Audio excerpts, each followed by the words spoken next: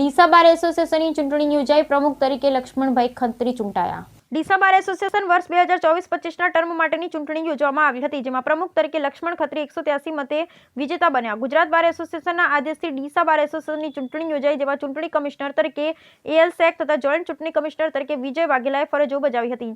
સંપૂર્ણ નિષ્પક્ષ રીતે ચૂંટણી થતા લક્ષ્મણભાઈ ભગવાનભાઈ ખત્રીનો 183 મતે વિજય થયો હતો, જ્યારે બીજા ઉમેદવાર પ્રકાશ રેવાભાઈ સોલંકીને 124 મત તેમજ રમેશભાઈ ગોકળાભાઈ દેસાઈને 34 મત મળ્યા હતા।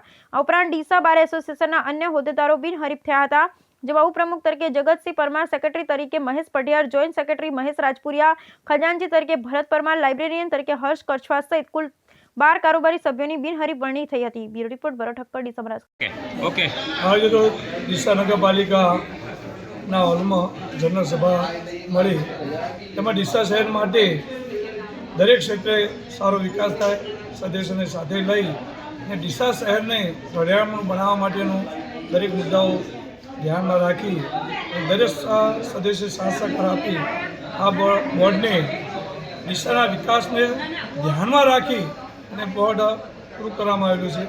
અને ડીસાના લોકોને પણ વિશ્વાસ આપું છું કે દરેક ક્ષેત્રે ડીસાનું સ્થાન ધ્યાનમાં રાખીને જ જે પણ કાર્ય કરીશ એ ડીસા માટેના જ કાર્યો હશે એવો વિશ્વાસ આપું છું અને દરેક સદસ્યોનો ખૂબ આભાર માનું છું। શું બહાલી આપવામાં આવી અને કયા કામોને બહારના બોર્ડમાં સેનિટેશન હોય, બાંધકામ હોય, પાણી પુરવઠા હોય, એ દરેક મુદ્દાઓ જે હોય એ દરેક મુદ્દાઓને આવરી લેવામાં આવેલા છે અને એને પૂરેપૂરો અમે અમલ કરીશું।